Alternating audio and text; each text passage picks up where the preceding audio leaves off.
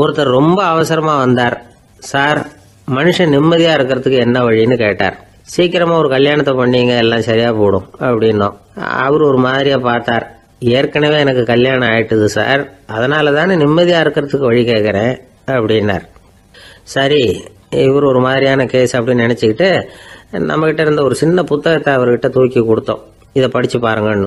கல்யாணத்துக்கு பிறகும் சந்தோஷமா இருக்கிறதுக்கு என்ன வழி அப்படிங்கிற கேள்விக்கு அந்த புத்தகத்துல விளக்கம் இருந்தது. கணவன் மனைவிக்குள்ள சிக்கல் வராம இருக்கிறதுக்கு அதுல சில வழிகளை சொல்லி கொடுத்துருக்குறாங்க. அதெல்லாம் என்னென்ன அப்படிங்கிறத இப்ப பார்க்கலாமா? குடும்பம்னு இருந்தா கோபம் வரதான் செய்யும். அது வந்துட்டு போட்டும் பரவாயில்ல. ஆனா அந்த கோபம் ஒரே நேரத்துல 2 பேருக்கும் வந்துடாம பாத்துக்கணும். ஒரு சமயத்துல யாராவது ஒருத்தர் தான் கோபப்படணும், அடுத்தவங்க அமைதியா இருக்கணும். அதுக்கப்புறம் இவர் அமைதியான உடனே அவங்க ஆரம்பிச்சுக்கலாம். கோபமா ஏதாவது சொன்னா உடனே கோபமா பதில் சொல்லக்கூடாது. கொஞ்சம் பொறுத்து கோபம் தீர்ந்த உடனே அந்த பதில சொல்லலாம். அப்போ பதில் கோபமா இருந்தா கூட அது அவ்வளவு பெருசா தெரியாது. அற்ப விஷயத்துக்கெல்லாம் காய்ச்சி மூச்சுன்னு கத்திட்டு இருக்கக்கூடாது. உங்க 2 பேருக்குள்ள ஒரு தர்க்கம் ஆரம்பமாயிட்டுதுன்னு வச்சுக்கோங்க. கடுமையா 2 பேரும் விவாதம் பண்றீங்க. உங்கள ஒருத்தர் இதுல ஜெயிக்கணும்னா அது நீங்களா இருக்க வேணாம், அடுத்தவங்க ஜெயிக்கிறதுக்கு நீங்க துணையா இருங்களேன். அப்படின்னா நீங்க கொஞ்சம் விட்டு கொடுக்கணும், அவ்வளவுதான். ஏதாவது குத்தம் சொல்லணுமா, செஞ்ச தப்ப சுட்டி காட்டணுமா, விமர்சனம் பண்ணணுமா, பண்ணுங்க, வேணான்னு சொல்லல. ஆனா சொன்னதை அப்படி சொல்றத கொஞ்சம் அன்பா இதமா சொல்லுங்க. எப்போ நடந்த தவறுகளை எல்லாம் இப்போ போய் மறுபடியும் ஞாபகப்படுத்திட்டு இருக்க வேண்டாம். நான் அப்பவே சொன்னேன் இந்த புடவை வேணாம்னு, நீங்க தான் கேட்கல, இப்போ பாருங்க கிழிஞ்சு போச்சு இப்படின்னு கத்துனாங்க ஒரு அம்மா. எப்போ சொன்னீங்கன்னு கேட்டா ஒரு 10 வருஷத்துக்கு முன்னாடி தீபாவளி சமயத்துல அப்படிங்கிறாங்க. அது என்ன இன்னும் அப்படியே புதுசாகவே இருக்கும்? உங்களுக்கு அவர் தான் பெருசு, அவருக்கு நீங்க தான் பெருசு. அதை விட இந்த உலகத்துல வேற எதுவும் முக்கியம் இல்லைன்னு நினைக்கணும். நீ தான் என்னுடைய உலகம்னு எத்தனை தடவை சொல்லியிருப்பீங்க? அதெல்லாம் வெறும் வசனமா போயிடக்கூடாது. ஏதாவது ஒரு பிரச்சனையை பத்தி கடுமையா விவாதம் பண்ணிட்டு இருக்கீங்க, அதை அப்படியே பாதியில விட்டுட்டு படுக்கைக்கு போயிடக்கூடாது. சொச்சத்தை நாளைக்கு பேசிக்கலாம்னு. அப்படி போனா தூக்கம் வராது. பிரச்சனையை ஒரு முடிவு பண்ணிக்கிட்டு அதுக்கப்புறமா தூங்க போகணும். ஒரு நாள்ல ஒரு தடவையாவது உங்க ஜோடியை பாராட்டி நல்ல விதமா கனிவா ஒரு வார்த்தை சொல்லணும் அப்படின்னு தீர்மானம் பண்ணீங்க. ஏதாவது தப்பு பண்ணிவிட்டீங்கன்னா பரவாயில்ல, அதை ஒத்துக்கிறதுக்கும் மன்னிப்பு கேட்கறதுக்கும் தயாரா இருக்கணும். அது ஒன்றும் கேவலம் கிடையாது. வீட்டுக்குள்ள தானே கேட்க போறீங்க, வெளியில யாருக்கு தெரிய போதும்? எப்படியோ உங்களுக்குள்ள ஒரு சமரசம் ஆனா சரிதான். ஒரு தகராறுன்னு எடுத்துக்கிட்டா குறைஞ்சபட்சம் அதுக்கு 2 பேர் தேவை. தனியாவே உட்காந்துக்கிட்டு நான் இப்ப தகராறு பண்ணிட்டு இருக்கிறேன் அப்படின்னு யாரும் சொல்ல முடியாது. 2 பேர் தகராறு பண்றாங்கன்னா பொதுவா அந்த 2 பேர்ல யாரு அதிகமா பேசுறாங்களோ அவங்க பேர்ல தான் தப்பு இருக்கும். அதை மனசுல வச்சுக்கணும். இதெல்லாம் தான் அந்த புத்தகத்துல போட்டிருக்கிற வழிமுறைகள். இவ்வளவும் சரியா வரலன்னா அப்புறமா சொல்லுங்க, வேற புத்தகம் ஏதாவது இருக்கான்னு தேடுவோம். ஒரு கணவன் தன்னுடைய மனைவியை அழைச்சிட்டு ஒரு மனோதத்துவ டாக்டர் கிட்ட வந்தாரா. டாக்டர், எங்களுக்கு கல்யாணம் ஆகி 30 வருஷ காலமா நாங்க ஒரு விஷயத்துல கூட ஒத்து போனதில்லை அப்படின்னு ஆரம்பிச்சார். உடனே அந்த அம்மா குறுக்கிட்டு, அது 30 வருஷம் இல்ல 32 வருஷம் அப்படின்னாங்களாம். இந்த உலகமே ஒரு நாடக மேடை, நாம எல்லாரும் நடிகர்கள். இது ஞானிகள் சொல்றது. இது ஒரு பக்கம் இருக்கட்டும். இந்த உலகத்துக்குள்ள எத்தனையோ நாடக மேடைகள், எத்தனையோ நடிகர்கள், எத்தனையோ நாடகங்கள், இதெல்லாம் எப்படி ஆரம்பமாச்சு? அதுதான் இன்னைக்கு தகவல். அதாவது ஆதி மனிதன் பேச ஆரம்பிக்கிறதுக்கு முன்னாடி சைகையாலேயே எல்லாத்தையும் சொல்லிட்டு இருந்தான். அதனால அப்பவே நடிப்பு ஆரம்பமாயிட்டுது. முதல்ல ஒரு வேட்டையத்தான் அவன் நடிச்சு காட்டியிருப்பான். இவன் எப்படி போனான், எதிரில் மிருகம் எப்படி வந்தது, அதோட எப்படி சண்டை போட்டான், எப்படி அடிச்சு கொண்டுட்டு வந்தான், இதை அப்படியே மற்றவங்களுக்கு நடிச்சு காட்டியிருப்பான். ஏன்னா மொழி கிடையாது. இந்த காலத்துல எல்லாம் நாடகங்கள்ல நடிக்கிறவங்கள நடிகர்கள்ங்கிறோம். ஒரு காலத்துல இவங்களுக்கு என்ன பேர் தெரியுமா? திஸ்பியர்கள் அப்படின்னு பேராம். இதுக்கு காரணம் உண்டு. அதாவது 2000 வருஷத்துக்கு முன்னாடி கிரீஸ் நாட்டுல திசிபியஸ் அப்படின்னு ஒரு ஆள் இருந்தான். அவன் ஒரு பெரிய நாடக கலைஞன். அவன் சில இளைஞர்களை சேர்த்துக்கிட்டான், பயிற்சி கொடுத்தான், நாடக குழுவை உருவாக்கினான். நடிகர்களையும் நாடகத்துக்கு தேவையான பொருள்களையும் ஏற்றிக்கிட்டு போறதுக்கு ஒரு வண்டியையும் தயார் பண்ணான். அந்த வண்டியிலேயே அவன் கிரேக்க நாடு பூராவும் சுத்தினான். ஊர் ஊரா நாடகம் போட்டான். ஒரு ஊருக்கு போனதும் அங்க நாடகம் நடத்த தியேட்டர் இருக்கா அப்படிங்கலாம் பாக்குறது இல்ல அவன். ஏன்னா அப்போலாம் தியேட்டர்னா என்னன்னு தெரியாது. நாடகம்னா அது ஒரு மூடிய கொட்டைக்குள்ளதான் நடத்தணுங்கிறது அப்ப யாருக்குமே தோணல. இந்த வண்டி போகும், அதுவே ஒரு பகுதி அப்படியே ஒரு மேடை மாதிரி விரிச்சுக்கும். அதுல ஏறி நின்றுகிட்டு நாடகத்தை நடிச்சு காட்டுவாங்களாம். மக்கள்லாம் எதிரில் தரையில உட்காந்து அதை பார்த்துக்கிட்டு இருக்கிறது. உலகத்தின் முதல் நடமாடும் தியேட்டர் இதுதானா. இந்த திசைபிஎஸ் தான் முதலா உலகத்துல நாடகம்ங்கிற பொழுதுபோக்க நடத்தி காட்டினவன் அப்படின்னு சொல்றாங்க. அவன் சொந்தமா நாடகம் எழுதுனா, நடிச்சான், நாடகத்தை இயக்கினான். அதனாலதான் அவனை first man of the theatre அப்படின்னு சொல்லுவாங்க. அவன் தான் நாடக மேடையின் முன்னோடி. கிரேக்கர் காலத்திலேயே நாடக ஆசிரியர்கள், நடிகர்கள், ரசிகர்கள் இவங்கெல்லாம் உருவாயிட்டாங்களாம். நாடகத்தின் சரித்திரத்தில் இந்த 3 பிரிவும் ரொம்ப முக்கியம். அதாவது கிரேக்க தியேட்டர்கள்லாம் திறந்த வெளி மேடைகள் தான். பெரும்பாலும் மலைச்சரிவுகள், அதுவே படிப்படியாக பண்ணியிருப்பாங்க. கீழே அரைவட்ட வடிவில் மேடை, அதுக்கு ஆர்கெஸ்ட்ரான்னு பேர்.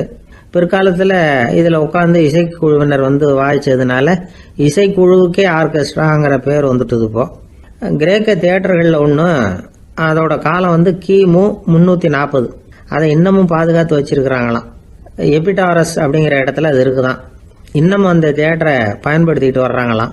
சிறந்த கிரேக்க நாடகங்கள்லாம் அங்கே நடிக்கிறாங்களாம். ஆரம்ப காலத்திலேயே கட்டணம் கிடையாது. அப்புறம் பின்னாடி தான் நுழைவு கட்டணம்லாம் அப்படியே வந்துட்டு தான். நடிகர்கள் பளபளப்பான ஆடைகள் உடுத்தியிருப்பாங்களாம். இந்த குதிகால் உயர்ந்த காலணிகள் போட்டிருப்பாங்களாம். இதெல்லாம் பழைய குறிப்புகள். பலவிதமான உருவங்களில் மாஸ்க் அப்படின்னு சொல்லப்படுற முகமூடி. அதனால ஒரே நடிகர் பல வேடங்களில் நடிக்கிறது உண்டான். ஆரம்பத்தில் பெண் நடிகர்கள் கிடையாது, எல்லாம் ஆண் நடிகர்கள் தான். ரோமானியர்கள் தான் முதல் நிரந்தர நாடக மேடையை கட்டினவங்க. அதுதான் முதல் தியேட்டர். கிமு 1048 காலகட்டத்தில் பாம்பிங்கிற நகரத்தில் அதை கட்டியிருக்கிறாங்களாம். கிரேக்க ரோமானிய தியேட்டர்களின் அடிப்படையிலேயே இந்த இத்தாலிய வடிவ அமைப்பாளர்கள் இந்த குதிரை லாட வடிவில் ஒரு ஆடிட்டோரியத்தை உருவாக்கினாங்களாம். இப்படி அதை பற்றி நிறைய தகவல் இருக்குது. 1576 லண்டனில் இந்த வின்ஸ்பர்ரி, அப்புறம் இந்த பில்ட்ஸில், அப்புறம் ஜேம்ஸ் இப்படிங்கிற ஒரு முயற்சியால் தான் இங்கிலாந்தில் முதல் தியேட்டர் உருவாச்சான். அப்படி ஒருத்தர் இருந்தாராம். உலக நாடக மேடையின் வரலாறு இதுதான். அதாவது இப்பெல்லாம் அறிவியல் வளர்ச்சி அதிகமாயிட்டுது. திரைப்படம், தொலைக்காட்சி எல்லாம் வந்தாச்சு. ஒவ்வொரு வீடுமே ஒரு குட்டி தியேட்டர் மாதிரி ஆயிட்டுது. தொலைக்காட்சி முன்னாடி உட்காந்து எழுந்திருக்கவே மனசு வர்றதில்லை. ஒரு அம்மா ஒரு மனோதத்துவ டாக்டரை தேடிட்டு வந்தாங்களாம் இந்த காலத்தில். டாக்டர், எங்கள் வீட்டுக்காரர் எப்போ பார்த்தாலும் டிவி முன்னாடி உட்காந்துக்கிட்டு அதையே வெறிச்சு பார்த்துக்கிட்டு இருக்கிறார், உத்து பார்த்துக்கிட்டு இருக்கார், எனக்கு சந்தேகமாக இருக்குன்னாங்களாம். இது மனக்கோளாறு இல்லைங்க, ஆர்வக்கோளாறு, அவ்வளவுதான், இதுக்காக பயப்படாதீங்கன்னாராம் டாக்டர். அப்படி இல்லை டாக்டர், டிவி ஓடும் பொழுது நாம எல்லாம் அதை பார்க்குறோம் சரி, ஆனால் அவர் அப்படி இல்லை, டிவியை நிறுத்தினதுக்கு அப்புறமும் அதையே உத்து பார்த்துட்டு உட்காந்துருக்கிறார், அதனால தான் சந்தேகப்பட்டு உங்ககிட்ட வந்தேன் அப்படின்னாங்களாம். ஒரு அரசனும் அமைச்சரும் ஒரு நாள் ரொம்ப சாவகாசமாக பேசிக்கிட்டு இருந்தாங்களாம். அரசன் அமைச்சரை பார்த்து ஒரு கேள்வி கேட்டிருக்கார். ஏங்க அமைச்சரே, ஆசை இல்லாத ஒரு மனுஷனால இருக்க முடியுமா அப்படின்னு. ஏன் முடியாது, துறவி அப்படிங்கிறவங்கெல்லாம் அப்படிப்பட்டவங்க தானே அப்படின்னாராம் அமைச்சர். அவங்கெல்லாம் உண்மையிலேயே ஆசையை விட்டவங்க தானா அப்படின்னு கேட்டாராம் ராஜா. அப்படி தான் இருக்கணும் அப்படின்னாராம் அமைச்சர். அப்படின்னா ஆசையே இல்லாத ஒரு உண்மையான துறவியை நான் பார்க்கணுமேன்னார். அது என்ன பிரமாதம், அதுக்கு நான் ஏற்பாடு பண்ணுறேன் அப்படின்னு விட்டார் இவர். சொல்லிவிட்டு உடனே புறப்பட்டு போனார். அங்கே எங்கே தேடினார். அப்புறம் தான் அவருக்கு புரிஞ்சுது உண்மை துறவியை கண்டுபிடிக்கிறது எவ்வளவு கஷ்டமான காரியம்னு. இருந்தாலும் ராஜா கிட்ட சொல்லியாச்சே, உண்மை துறவியை காட்டுறேன்னு. இப்போ என்ன பண்ணுறது, ராஜா கிட்ட சொன்னபடி நடக்கலைன்னா அவருக்கு கோபம் வந்துடும். அமைச்சர் ஒரு யோசனை பண்ணார். அவருக்கு ஒரு வழி தெரிஞ்சுது.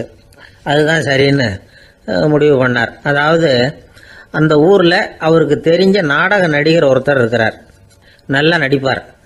அவரை போய் பார்த்தார். இதை பாருப்பா, எனக்காக நீ ஒரு காரியம் செய்யணும்னார். என்னன்னு கேட்டார் அவர். நீ ஒரு துறவி மாதிரி கொஞ்ச நேரத்துக்கு நடிக்கணும்.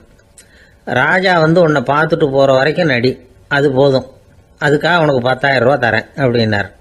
அவர் எந்த காலத்தில் இவ்வளவு பணத்தை மொத்தமாக பார்த்துருக்கார். அதனால் உடனே சரின்னு ஒத்துக்கிட்டார். அமைச்சர் அரண்மனைக்கு திரும்பி வந்தார். என்ன அமைச்சரே, இன்னுமா ஒரு உண்மையான துறவி கிடைக்கலன்னார். உண்மையான துறவி ஒருத்தரை இப்போ தான் கொஞ்ச நேரத்துக்கு முன்னாடி பார்த்து பேசிவிட்டு வர்றேன். அவர் நம்ம ஊருக்கு வெளியில் குளத்தங்கரையில் உள்ள ஒரு ஆலமரத்துக்கு அடியில் உட்காந்துருக்கிறார் அப்படின்னார் இவர். அப்படின்னா உடனே புறப்படுங்க அப்படின்னார் ராஜா. பரிவாரங்களோடு புறப்பட்டார். அங்கே அந்த மரத்தடியில் அந்த ஆள் வேஷம் போட்டுக்கிட்டு துறவி மாதிரி உட்காந்துருக்கிறான். ராஜா நேராக போனார். அந்த துறவி காலில் பொத்துன்னு விழுந்து வணங்கினார். உடனே ராணியும் அவர் காலில் விழுந்தாங்க. அடுத்தபடியாக அமைச்சர் விழுந்தார். அவருக்கு தெரியும் இது நம்ம ஆள் தான்னு. இருந்தாலும் என்ன பண்ணுறது, நேரம். அப்புறம் பரிவாரங்கள்லாம் துறவி காலில் விழுந்து ஆசீர்வாதம் வாங்கிட்டாங்க. ராஜா அப்புறமா தங்கத்தட்டில் பொண்ணையும் பொருளையும் வச்சு அந்த துறவிகிட்ட ரொம்ப பணிவாக நீட்டுறார். தாங்கள் தயவு பண்ணி இதை ஏற்றுக்கணும் அப்படின்னு வேண்டிக்கிட்டார். அந்த துறவி பற்றில்லாமல் அதை பார்த்தார். எல்லாத்தையும் திறந்துட்ட எனக்கு இதெல்லாம் எதுக்காக அப்படின்னு சொல்லி அதை மறுத்துட்டாராம். ஆஹா, உண்மையான துறவியை பார்த்துட்டோம் அப்படிங்கிற ஆனந்தம் அரசருக்கு. ரொம்ப நிம்மதியாக திருப்தியாக திரும்பி வந்தார் அரண்மனைக்கு. அதுக்கப்புறம் அமைச்சர் யாருக்கும் தெரியாமல் அந்த துறவிகிட்ட ஓடினார். சொன்ன பிரகாரம் பணத்தை நீட்டினார். இந்தப்பா, நான் உங்ககிட்ட சொன்னபடி 10,000 ரூபா பணம் எடுத்துக்கோ அப்படின்னார். அந்த ஆள் ராஜா கிட்ட சொன்னது மாதிரியே எல்லாத்தையும் திறந்துட்ட எனக்கு இதெல்லாம் எதுக்காக வேணாம் அப்படின்னு விட்டாரான். நடித்த வரைக்கும் போதும்ப்பா, இனிமேல் இந்த நாடக வசனம்லாம் வேணாம், வேஷத்தை கலைச்சிரு, பணத்தை வாங்கிக்கொண்டார். இல்லைங்க, இது வேஷம் இல்லை, இது வசனமும் இல்லை, இது உண்மை. கொஞ்ச நேரம் துறவி மாதிரி நடித்ததுக்கே இந்த தேசத்து ராஜா, ராணி, அமைச்சர், பரிவாரங்கள் எல்லாம் என் காலில் விழுந்து வணங்குறாங்க. அப்படின்னா உண்மையான துறவியாக இருக்கிறது எவ்வளவு பெருமையான விஷயம். நான் உண்மையான துறவியாக ஆக போகிறேன், அப்படி முடிவும் பண்ணிட்டேன் அப்படின்னார் அந்த நடிகர். வேஷம் கூட எப்படிப்பட்ட விளைவுகளை உண்டு பண்ணுது பார்த்தீங்களா. நம்மால் ஒருத்தன் ரொம்ப வசதியாக தான் இருந்தான். ஒரு நாள் அவன் சொத்து பூரா திருட்டு போட்டுது. அதுக்கப்புறம் இவன் துறவி மாதிரி ஆயிட்டான். ஊர் ஊராக சுற்றினான். ஒரு குருநாதரை தேடி கண்டுபிடிச்சான். அவர்கிட்ட சீடனா சேர்ந்துக்கிட்டான். அவனை பார்த்து ஒருத்தர் கேட்டார், நீ உண்மையான சீடன் தானான்னு.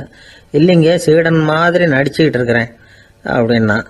அது குரு துரோகம் இல்லையா அப்படின்னு கேட்டார் அவர். இல்லைங்க, நான் பண்ணது குரு துரோகம் இல்லை, என் குரு பண்ணது தான் துரோகம்.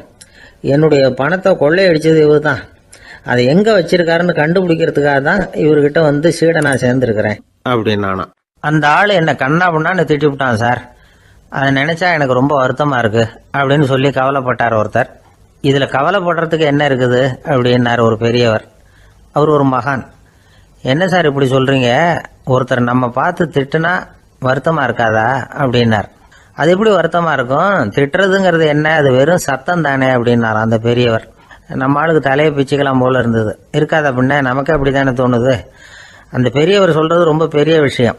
அதை நாம் புரிஞ்சிக்க முயற்சி பண்ணலாம்னா நடைமுறை வாழ்க்கைக்கு அது ஒத்து வர்றது மாதிரி தெரிய மாட்டேங்குது. இருந்தாலும் அந்த பெரியவர் அதுக்கு என்னதான் விளக்கம் கொடுக்குறாருன்னு பார்ப்போமே. ஒரு ரயில் போயிட்டுருக்கு, அதில் ஒரு சாது போயிட்டுருக்கார். அந்த ரயில் அவர் ஹரித்வாரம் போயிட்டுருக்கார். அவர் ரயிலில் ஏகப்பட்ட கூட்டம். நம்ம ஊர் ரயில் கேட்க வேணும், டிக்கெட் வாங்கிட்டு கொஞ்சம் பேர், வாங்காத கொஞ்சம் பேர்.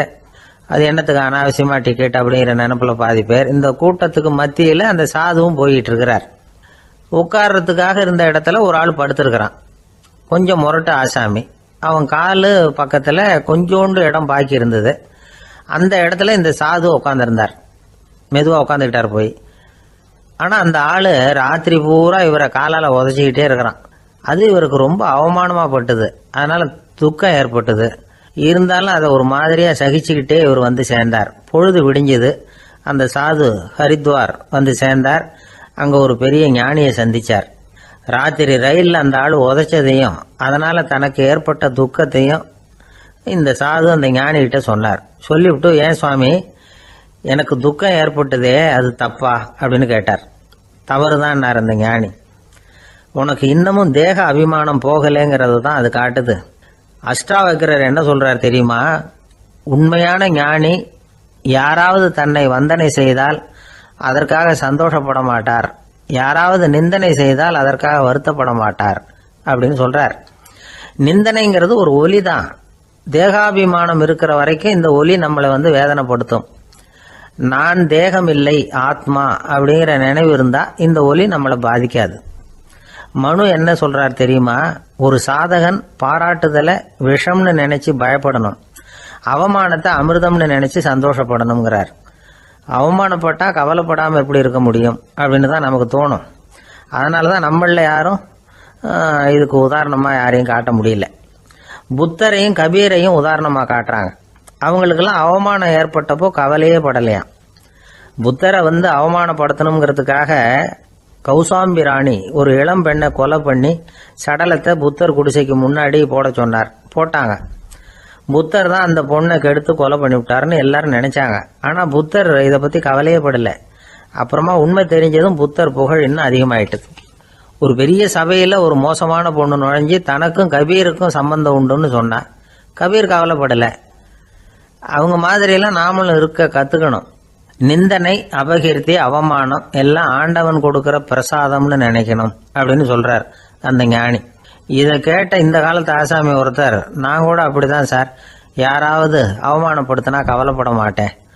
நேத்து கூட ஒருத்தர் என்ன பலார்னு அரைஞ்சுட்டார், நான் கொஞ்சம் கூட கவலைப்படலை, பேசாம வந்துட்டேன்னார். ஏன் அப்படி வந்துட்டீங்க அப்படின்னு. அவர் அரைஞ்சதுலேயும் ஒரு அர்த்தம் இருந்தது, அதனால தான் அப்படி வந்துட்டேன்னார். ஏன் அரைஞ்சாருன்னு கேட்டேன். 10 வருஷத்துக்கு முன்னாடி 15 ரூபா அவர்கிட்ட கடன் வாங்கினேன், அதை கேட்டு கேட்டு பார்த்துட்டு கடைசியாக தான் அரைஞ்சார் அப்படின்னார். ஆண்டவனுடைய பிரசாதம் இவருக்கு அடிக்கடி கிடைக்கும் போல இருக்கு. அம்மாக்காரங்களுக்கு அடிக்கடி ஏற்படுற கவலை ஒன்று உண்டு, அதாவது குழந்தை சரியா சாப்பிட மாட்டேங்குதே அப்படிங்கிற கவலை. இவங்கெல்லாம் ஒரு விஷயத்த நல்லா புரிஞ்சுக்கணும். குழந்தைகள்ங்கிறவங்க பெரியவங்க மாதிரி இல்லை. அவங்க கடிகாரத்தில் மணியை பார்த்துட்டு சாப்பிட்றதுக்கு உட்கார்ற ரகம் கிடையாது. பசிச்சா சாப்பிடுவாங்க, இல்லைன்னா விளையாடுவாங்க அல்லது தூங்குவாங்க. அது புரியாம அவங்கள கட்டாயப்படுத்தி அல்லது மிரட்டி சாப்பிட வைக்கிறது ரொம்ப தப்பு. ஒரு 8 மாச குழந்தைக்கு 3 மணி நேரத்துக்கு ஒரு தடவை பசிக்கும். அந்த நேரம் பார்த்து சாப்பாடு கொடுத்தா அடம் பண்ணாம அது பாட்டுக்கு சாப்பிட்றோம். அதே குழந்தைக்கு 1 வயசு ஆகிறப்போ 4 மணி நேரத்துக்கு ஒரு தடவை பசிக்கும். இந்த வயசுல இயற்கையாவே பசி குறைஞ்சிருக்கும். அது புரியாம என் குழந்தை முன்னாடி மாதிரி இப்ப சரியா சாப்பிட மாட்டேங்கிறான் அப்படின்னு சில பேர் டாக்டர் கிட்ட போய் சொல்லிக்கிட்டு இருப்பாங்க. இன்னொரு விஷயம், ஒரு குழந்தைக்கு வயசு அதிகமாகிற வேகத்துக்கு உடம்பு எடையும் அதிகமாகிக்கிட்டே போவாது. உடம்பு எடை அதிகமாகிற வேகம் குறைஞ்சிக்கிட்டே வரும். 6 மாச குழந்தைக்கு ஒரு வாரத்துல 150 கிராம் எடை கூடும். ஒரு வயசுல வாரத்துக்கு 71 கிராம் எடை கூடும். இது புரியாம அதிகமா சாப்பாட்டை கொடுத்து குழந்தைய கஷ்டப்படுத்தக்கூடாது. ஏன்னா அளவுக்கு மீறின உணவு அஜீரணத்தை உண்டு பண்ணிவிடும். குழந்தைக்கு ஒரு தட்டில் கொஞ்சமா ஆகாரத்தை வச்சு கொண்டுட்டு போய் கொடுக்கணும். மலை மாதிரி குவிச்சு வச்சா அதை பார்த்ததுமே பசி அடங்கி போயிடும். அடிச்சு மிரட்டி பயமுறுத்தி குழந்தைய சாப்பிட வைக்கிற பழக்கம் இருக்கு பாருங்க, அதுக்கு ஃபுட் ஃபோர்சிங் அப்படின்னு பேரு. இப்படி பண்ணுனா குழந்தைக்கு சாப்பாட்டில் விருப்பம் குறைஞ்சிரும், அதை கண்டாவே வெறுக்க ஆரம்பிச்சிடும். அது மாதிரி உளம் சார்ந்த பசி குறைவு, சைக்கோஜெனிக் அனோரெக்சியா, அது ஏற்படுமா. சாப்பாடுங்கிறதே ஒரு தண்டனை மாதிரி தோணும். குழந்தைகளுக்கு பிடிச்ச மாதிரியான ஆகாரத்தை கொடுக்கணும். சத்து அதிகம் இருக்குங்கிறதுக்காக அதுக்கு பிடிக்காத ஆகாரத்தை கொடுத்து கட்டாயப்படுத்தக்கூடாது. குழந்தைகளுக்கு 2 வயசு ஆகிறப்போ இயற்கையாகவே எதிர்மறை குணம் உண்டாகும். அதாவது அந்த எதிர்மறையா பேசுறது. இது மாதிரி சமயங்களில் நாம் என்ன சொல்கிறோமோ அதுக்கு நேர்மாறாக நடந்துக்கும். ஏட்டிக்கு போட்டி, சாப்பிட சொன்னால் விளையாட போவோம், விளையாட சொன்னால் சாப்பாடு கேட்கும். இதை புரிஞ்சுக்கிட்டு நடந்துக்கணும். குழந்தை சொன்ன பேச்சை கேட்கலேன்னு கோவப்படக்கூடாது. குழந்தை வளர வளர பிடிவாத குணம் வர்றது சகஜம். கேட்டதை வாங்கி கொடுத்தாதான் சாப்பிடுவேன் அப்படின்னு பிடிவாதம் பண்ணும். வாங்கி கொடுத்துடுறது தான் உத்தமம். நீங்களும் அதுகிட்ட பிடிவாதம் பண்ணிட்டு இருக்கக்கூடாது. ஏன்னா கேட்டது கிடைக்கலையேங்கிற ஏமாற்றம் கூட குழந்தையோட பசியை குறைச்சிரும். கேட்டது கிடைச்சிட்டா பசி அதிகமாகும், கொடுத்ததை மளமளன்னு சாப்பிட்றோம். குழந்தைகளுக்கு கண்ட கண்ட நேரத்தில் சாப்பிட்றதுக்கு எதையாவது வாங்கி கொடுத்துக்கிட்டு இருந்தா சாப்பாட்டு நேரத்தில் சாப்பிடாம அடம் பண்ண ஆரம்பிச்சிடும். பள்ளிக்கூடம் போகிற பிள்ளைங்க காலை உணவை சரியாக சாப்பிட மாட்டாங்க. அச்சம், அவசரம், பரபரப்பு இதெல்லாம் தான் காரணம். பள்ளிக்கு புறப்படுறதுக்கு ஒரு 3/4 மணி நேரத்துக்கு முன்னாடியே சாப்பாடு போட்டுருங்க, அது சரியாக போடும். படிக்கிற குழந்தைகள் உடல் சோர்வு, மனச்சோர்வு இது காரணமாக கூட சாப்பிட மறுக்கிறது உண்டு. இப்போ உதாரணமாக சாயந்தரம் விளையாடி விட்டு வீட்டுக்கு வந்ததும் சாப்பிட சொன்னால் வேணாம்பாங்க. இது உடல் சோர்வு. ரொம்ப நேரம் வீட்டு பாடங்களை செஞ்சு முடித்த கையோடு சாப்பிட சொன்னாலும் அவங்களால சரியாக சாப்பிட முடியாது. இது உளச்சோர்வு, அதாவது மனச்சோர்வு.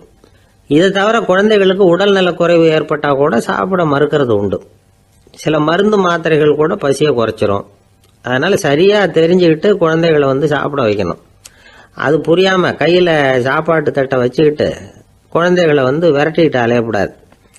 ஒரு சின்ன பையன் சொன்னான், எங்கள் அம்மா சாப்பாடு போடுறது தெரிஞ்சா நான் உடனே வீட்டை விட்டு வெளியில் ஓடி போடுவேன் அப்படின்னா. ஏன் அப்படி பண்ணுறேன்னு கேட்டோம். எங்கள் அப்பா கூட அது மாதிரி தான் சார் பண்ணுவார் அப்படிங்கிறான்.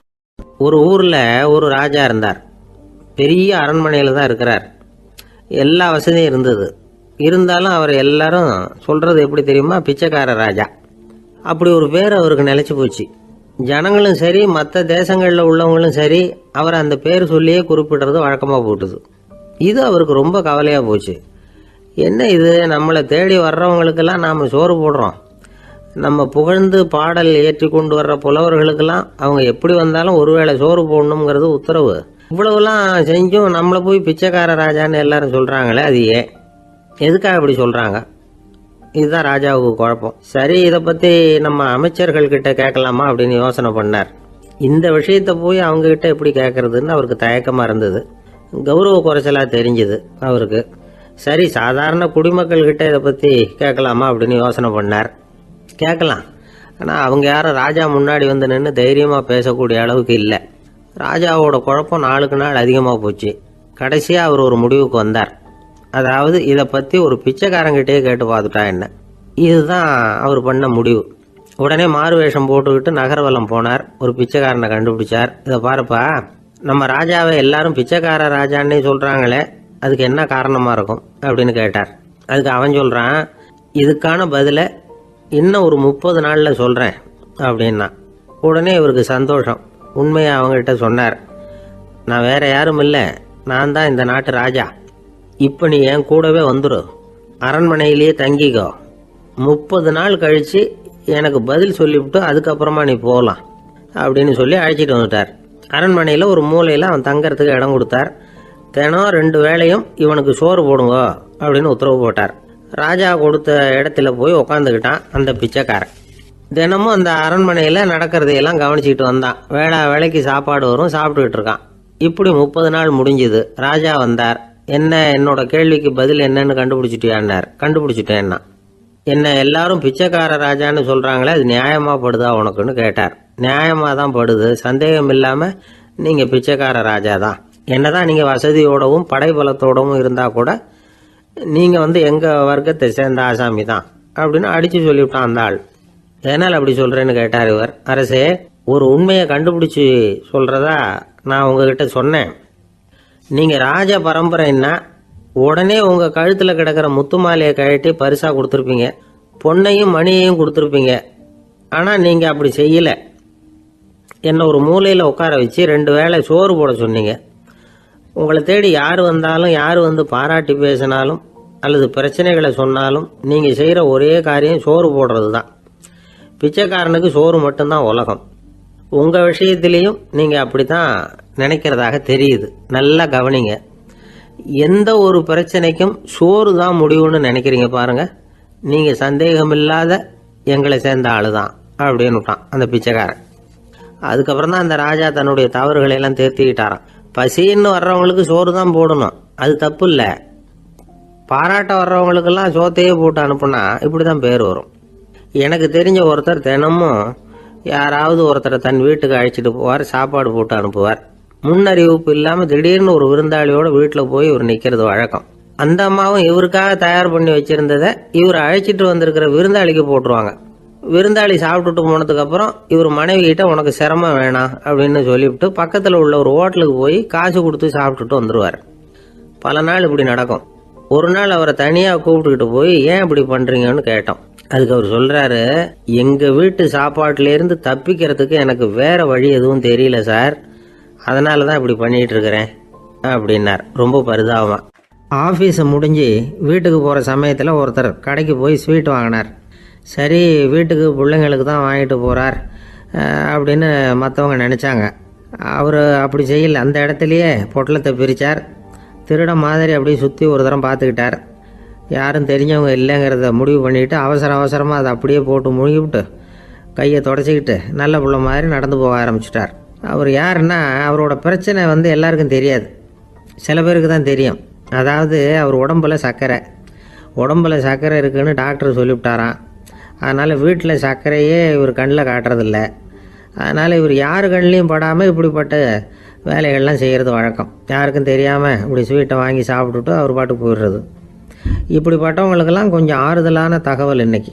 அது என்னென்னா, நாம் சாப்பிட்ற சர்க்கரைக்கும் நம்ம உடம்பில் உள்ள சில கோளாறுகளுக்கும் அப்படி என்ன தான் சம்மந்தம் இருக்குது. இதை பற்றி சமீபத்தில் சில ஆராய்ச்சிகள்லாம் நடந்திருக்குது. ஏன்னா சர்க்கரைன்னாவே விஷம் மாதிரி அதை பார்க்குறவங்களும் சில பேர் உண்டு. சின்ன பிள்ளைங்களுக்கு வயத்தில் பூச்சி உண்டாகிறதுலேருந்து பெரியவங்களுக்கு நீரிழிவு வர்ற வரைக்கும் எல்லாத்துக்கும் சர்க்கரை தான் காரணம்னு சொல்லிகிட்டு இருக்கிறோம். ஆனால் அந்த அளவுக்கு பயப்பட வேண்டிய அவசியம் இல்லை அப்படின்னு சொல்கிறாங்க.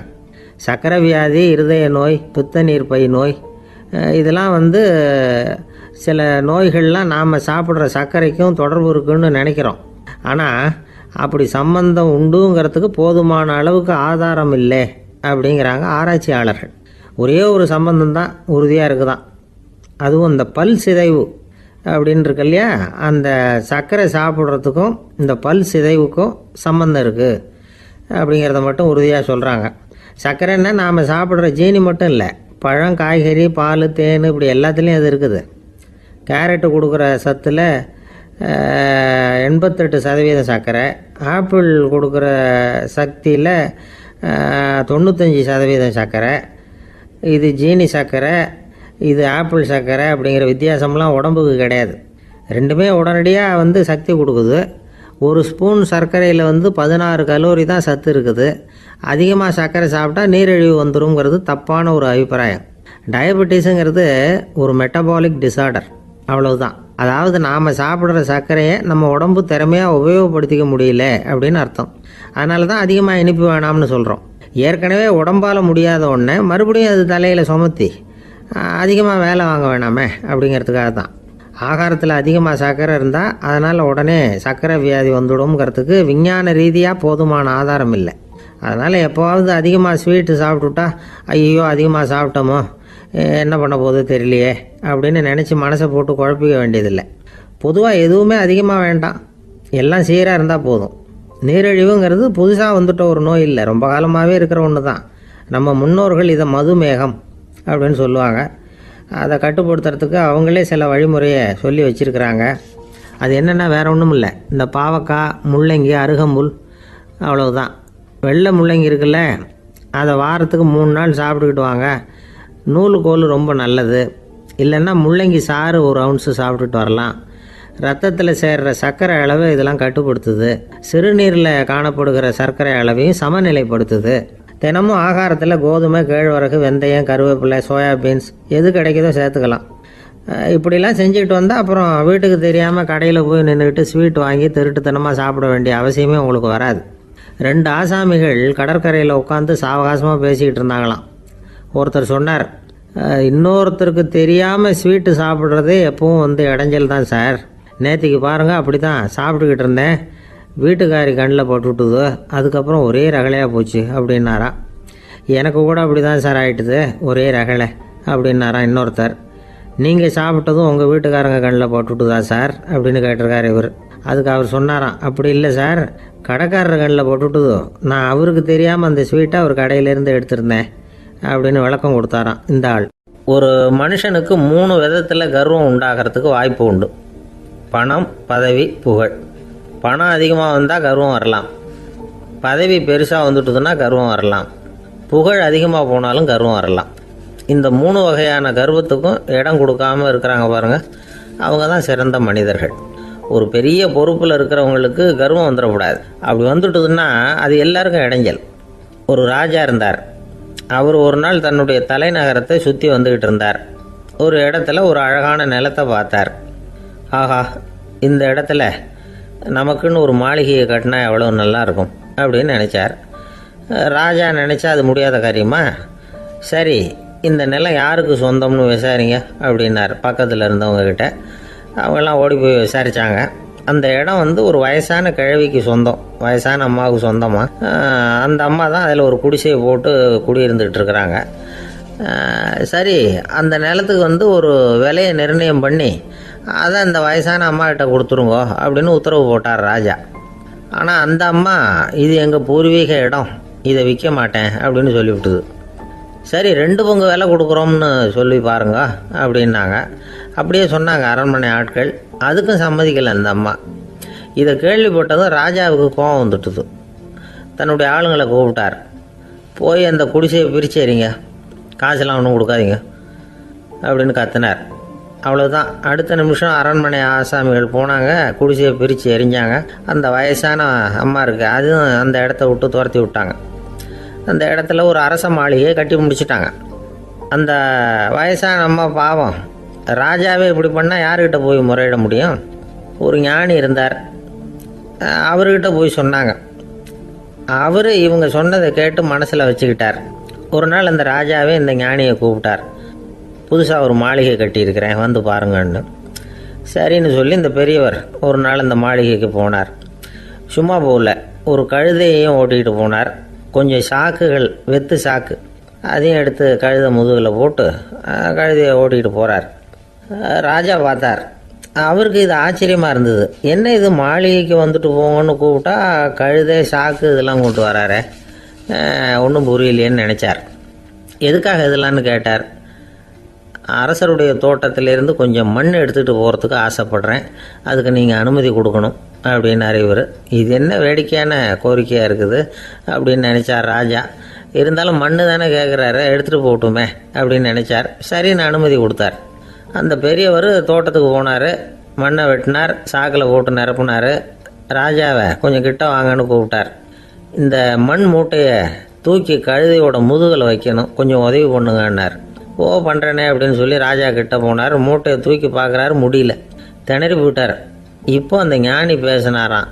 அரசே, இந்த ஒரு சாக்கு மண்ணையே உங்களால் தூக்க முடியல, அந்த கிழவிகிட்ட இருந்து அந்த அக்கிரமமாக அபகரித்த இந்த தோட்டம் பூராவையும் சுமக்கணும்னு ஆசைப்படுறீங்களே, அது உங்களால் முடியுமா அப்படின்னு கேட்டாராம். ராஜா யோசனை பண்ண ஆரம்பித்தார். தன்னுடைய செயலுக்காக வருத்தப்பட்டாராம்.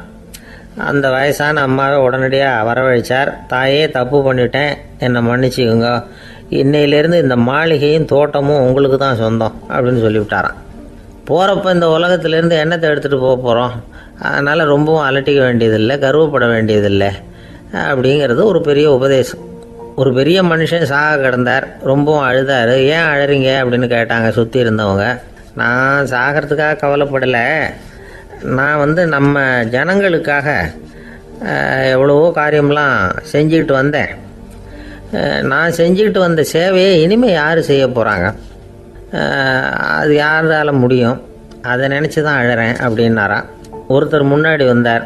அதுக்காக நீங்கள் கவலைப்படாதீங்க, உங்கள் சேவையை தொடர்ந்து செய்கிறதுக்கு என்ன மாதிரி இளைஞர் பட்டாளம் தயாராக இருக்குது, இருந்தாலும் எங்கள் கவலை என்னென்னா அப்படின்னு இழுத்தார். என்ன சொல்லுங்கன்னு கேட்டார் அவர். நீங்கள் இது வரைக்கும் என்ன சேவை செஞ்சுக்கிட்டு வந்தீங்க, அதுதான் எங்களுக்கு இன்னமும் புரியாத புதிராக இருக்குது அப்படின்னாராம் அவர். ஒரு நண்பர் அவசரமாக என்கிட்ட ஓடி வந்தார். அப்புறம் சொன்னார், என்னால் நம்பவே முடியல சார், என் பையனா இப்படி அப்படின்னு சொல்லி ஆச்சரியப்பட்டார். உங்கள் பையன் அப்படி என்ன தான் செஞ்சுட்டான் அப்படின்னு கேட்டேன். என்னால் முடியாத ஒரு காரியத்தை அவன் செஞ்சுட்டான் சார் அப்படின்னார். அது என்னன்னு தான் சொல்லுங்களேன். என்ன, 5வது வகுப்பில் அவன் ஒரே தடவையில் தேறிட்டான் சார், அதாவது ஒரே அட்டம்ப்டில் பாஸ் ஆகிருக்கான் அப்படின்னார். மூச்சு வாங்க, கஷ்டப்பட்டு பரீட்சை எழுதுனது அவன், இவருக்கு ஏன் மூச்சு வாங்குது? நம்மால் செய்ய முடியாத ஒரு காரியத்தை இன்னொருத்தர் செய்யும் பொழுது அது நமக்கு ஆச்சரியமாக இருக்குது. சர்க்கஸ் பார்க்குறோம், ஒருத்தர் அந்த இடத்துல தொங்குறார், அது நமக்கு ஆச்சரியம், ஏன்னா அது நம்மால் முடியாத காரியம். நம்மால் முடியாத ஒன்றை அடுத்தவர் எளிதாக செய்யும் பொழுது நாம் மருள்வது இயற்கை. இதை தான் தொல்காப்பியம் மருட்கை அப்படின்னு சொல்லுது. இந்த வியப்பு இருக்குதே, இது 4 வகையில் ஏற்படுறதாக தொல்காப்பியம் சொல்லுது. அது என்ன 4 வகை? முதல் வகை எப்படின்னா, புதுமையான அரிய செயல்களை செய்கிறது. 2வது வகை என்னென்னா பெரும் செயல்களை செய்கிறது. 3வது வகை என்னென்னா மிக நுட்பமான செயல்களை செய்கிறது. 4வது வகை என்னென்னா ஆக்கம் தரும் செயல்களை செய்கிறது. புதுமை, பெருமை, சிறுமை, ஆக்கமோடு மதினம் சாலா மருட்கை 4 அப்படிங்கிறது தொல்காப்பியம். இன்றைக்கி விஞ்ஞானம் புதுசு புதுசாக எதையோ கண்டுபிடிக்குது. ஆரம்பத்தில் அது ஆச்சரியமாக இருக்குது, அப்புறம் அது நமக்கு பழகி போடுது. வானொலி பெட்டி புதுசாக வந்தப்போ ஒரு பெட்டி பேசுதுங்கிறது எவ்வளோ பெரிய ஆச்சரியம். இப்போ யாரும் அதை ஆச்சரியமாக பார்க்குறதில்ல. மதினம் சாலா மருட்கை அப்படின்னு ஒரு சொற்றொடர் வருது பாருங்க, அதில் கருத்தாழம் உண்டு. எதை பற்றியும் போதுமான அளவு புரிந்து கொள்ளாத போது ஒருத்தர் ஆச்சரியப்படுறார். புரிந்து கொண்ட பிறகு ஆச்சரியம் மறைஞ்சு போடுது. மிக நுட்பமான செயல்களும் நம்ம ஆச்சரியப்பட வைக்கும். ஒரு அரிசியில் ஒரு திருக்குறள் எழுதி காட்டுறாங்க, ஒரு முட்டை ஓட்டுக்குள்ளே ஓவியம் தீட்டி காட்டுறாங்க. கருங்கல் சிற்பங்களில் எவ்வளவு நுட்பமான வேலைப்பாடுகளை எல்லாம் பார்த்து ஆச்சரியப்படுறோம். இது மாதிரி ஆக்கப்பூர்வமான அரிய செயல்களை செய்கிறது கூட வியப்பை உண்டு பண்ணும். குப்பை கூலங்களை கூட வாழ்க்கைக்கு பயன்படுகிற பொருளாக மாற்றுகிறவர்கள் இருக்காங்க, அவர்களுடைய செயல் வியப்பு அளிக்குது. இடைக்காட்டு சித்தர் பாடின 30 நூலில் வர்ற ஒரு பாடல், ஆற்றல் பிறர் அறிதலின் அகம் கிளர்வு உறுதலின் கற்று அறி பாணர் கழுமிய கோடலின் தோற்றம் உருகவே போற்றல் சால் வியப்பே. ஒருத்தருடைய ஆற்றல் தெரியாமல் இருந்தது, அவருடைய அரிய செயலை பார்க்கும் பொழுது வியப்பாக இருந்தது, மனசுக்குள்ள கிளர்ச்சி. பாவலர்கள் இவர்களுடைய புகழை பாடி மற்றவர்களும் தெரிந்து கொள்ளுமாறு செய்கிறார்கள் அப்படிங்கிறது தான் ஒரு யதார்த்தமான உண்மை. ஆக எல்லா வகையிலும் மக்கள் தங்களுடைய வாழ்க்கையில் முன்னேறுவதற்கான வழிகாட்டுகிற ஒரு மெய்ப்பாடு தான் வியப்புங்கிறது. இந்த காலத்தில் நம்ம எப்படியெல்லாம் ஆச்சரியப்பட வைக்கிறாங்க. ஒரு ஆளை பிடிச்சி ஜெயிலில் கொண்டு வந்தாங்க. ஜெயில் அதிகாரி அவனை ரொம்ப ஆச்சரியமாக பார்த்தாரான். இவன் கேட்டான், ஏன் சார் அப்படி பார்க்குறீங்க, நான் இப்போ இங்கே வர்றது உங்களுக்கு ஆச்சரியமாக இருக்குதா அப்படின்னு கேட்டிருக்கான். இதுக்கு ஜெயில் அதிகாரி சொல்லியிருக்கார், நீ இப்போ இங்கே வந்ததில் எனக்கு ஒன்றும் ஆச்சரியம் இல்லைப்பா, ஏற்கனவே நீ இங்கேருந்து விடுதலையாகி போய் 6 மாதம் ஆச்சு, இவ்வளவு லேட்டாக வர்றியே அதுதான் எனக்கு ஆச்சரியமாக இருக்குது அப்படின்னாராம். ஒரு அம்மா தெருவில் உட்காந்து என்னத்தையோ தேடிட்டு இருக்கிறாங்க. அந்த அம்மா ஒரு சுஃபி ஞானி. அவங்க பேர் என்னன்னா ரபியா அல் அடாவியா. அந்த அம்மாவுக்கு கண் கூட தெளிவாக தெரியாது. அந்த பக்கமாக வந்த சில பேர் இவங்களுக்கு உதவி செய்கிறதுக்காக வந்தாங்க. என்ன தேடிட்டு இருக்கிறீங்க அப்படின்னு கேட்டாங்க. இதுக்கு அந்த அம்மா, அந்த கேள்வி அவ்வளோ முக்கியத்துவம் இல்லை, நான் தேடிட்டு இருக்கிறேன், உங்களால் முடிஞ்சால் எனக்கு உதவி பண்ணலாம் அப்படின்னாங்களாம். உதவி செய்ய வந்தவங்களுக்கு ஆச்சரியம்.